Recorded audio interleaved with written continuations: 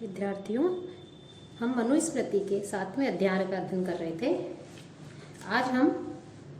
मनुस्मृति के 7वें अध्याय में वर्णित जो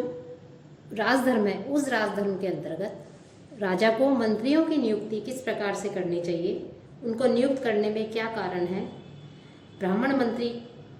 बनाए या नहीं, इसके विषय में, साथ ही साथ अन्य मंत्रियों की नियुक्ति विषयक विचारों जो मनु ने बताए हैं उस पर अध्ययन करेंगे। साथ ही संधि, विग्रह आदि जो बताए गए हैं उनका भी जो है हम अध्ययन करेंगे। कि देखा जाए तो जो राजनीति शास्त्र है या जो धर्मशास्त्र है, उन धर्मशास्त्रों में या राजनीति शास्त्रज्ञ जो है उन्होंने राज्य के 7 अंग बताए हैं, जिनके अंतर्गत स्वामी अर्थात जिसे शासक या सम्राट भी कह सकते हैं, अमात्य, जनपद या राष्ट्र, दुर्ग, कोश,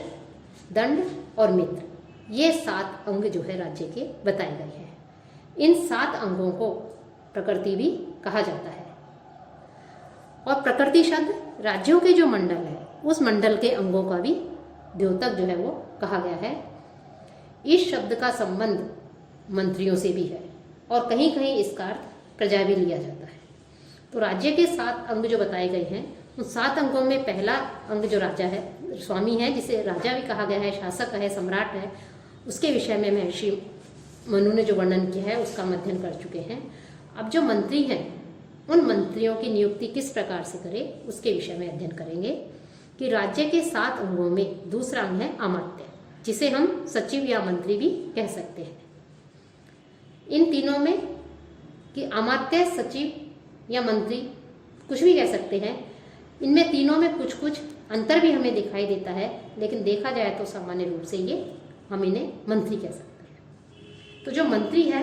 उन मंत्रियों की नियुक्ति किस प्रकार से करें, तो महर्षि मनु कहते हैं कि राजा को वंश क्रमागत, शास्त्र ज्ञाता, शूरवीर, शस्त्र आदि चलाने में जो निपुण है, उत्तम वंश में उत्पन्न और परीक्षित अर्थात शपथ ग्रहण आदि से जिनकी भली भांति परीक्षा ली जा चुकी है, परीक्षित, ऐसे लोग हैं, ऐसे 7 या 8 जो मंत्री हैं उनकी नियुक्ति करें। अर्थात राजा को वंश क्रम से आए हुए, शास्त्रों को जानने वाले, शूरवीर, लक्ष्य वेद करने में जो निपुण हैं, उच्च कुल में उत्पन्न तथा विविध उपायों से परीक्षा करने पर उस परीक्षा में पास होने वाले निपुण योग्य पाए गए 7 या 8 मनुष्य को जो राजा है वो राजा उनको मंत्री बनाए, अर्थात उनको जो है अपने मंत्रिमंडल में स्थान दे, मंत्री नियुक्त करें। और जो मंत्री हैं उन मंत्रियों को नियुक्त जो किया जा रहा है, उस नियुक्त करने में कारण बताते हुए कहते हैं कि जो कार्य सरल है वह कार्य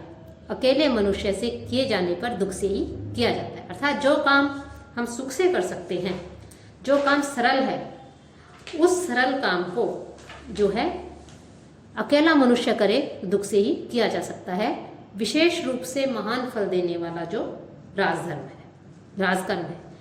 और जो राज्य धर्म है, उस राजधर्म का पालन करवाने के लिए, राज्य चलाने के लिए राजा जो है अकेला समर्थ नहीं है, इसलिए उसे जो है उस राज्य को चलाने के लिए सहायकों की आवश्यकता होती है। इसलिए 7 और 8 मनुष्यों को जो है वो मंत्री बनाए।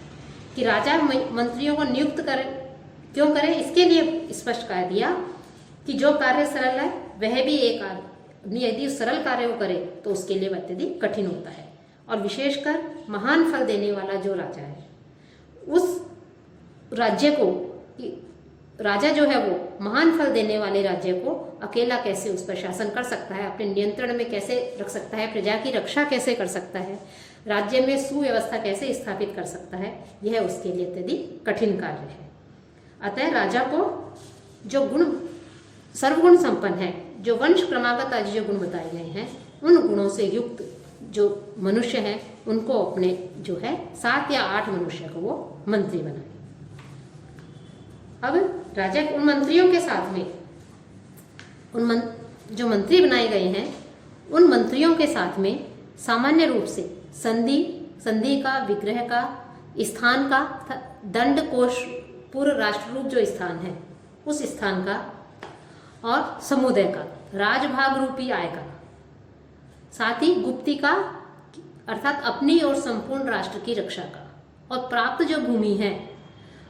जो स्वर्ण आदि है, हिरण्य आदि है, उस धन के सदुपयोग का जो है चिंतन करना चाहिए, उस पर विचार करना चाहिए। कि जो मंत्री नियुक्त करने के लिए महर्षि मनु ने कहा है, उन मंत्रियों के साथ में राजा को क्या करना चाहिए, उसके लिए कह रहे हैं कि उन राजा के को जो है उन मंत्रियों के साथ में संधि विग्रह आदि के ऊपर विचार करना चाहिए। कि संधि आदि 6 गुण बताए गए हैं, इनके ऊपर विचार करें, साथ ही साथ विग्रह पर विचार करें, दंड कोष, नगर, राज्य, इन सब के ऊपर जो है राजा को इन मंत्रियों के साथ में विचार करना चाहिए। अब यहाँ जो संधि विग्रह आदि आया है, जो 6 गुण बताए गए हैं, उन 6 गुणों के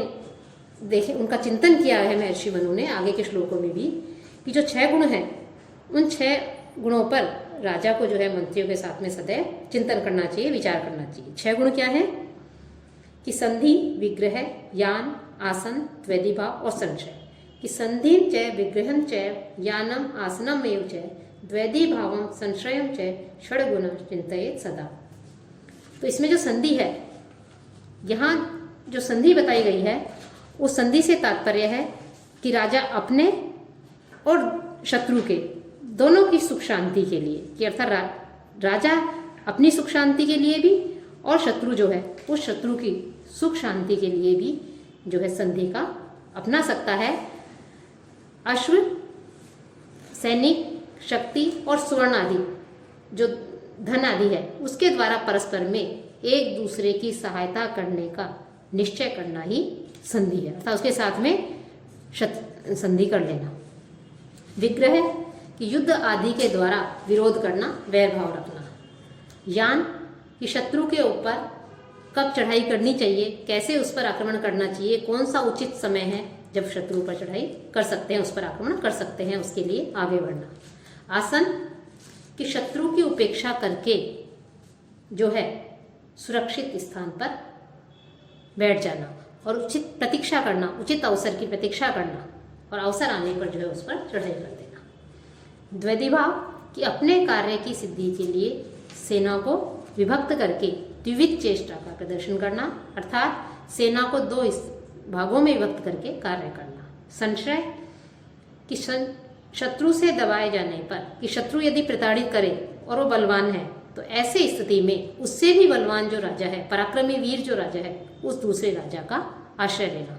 अतः अपने शत्रु से भयभीत होकर के, शत्रु से पीड़ित होकर के, उस शत्रु से अधिक बलवान पराक्रमी जो राजा है, उस राजा का आश्रय ग्रहण करना, उसका संरक्षण लेना।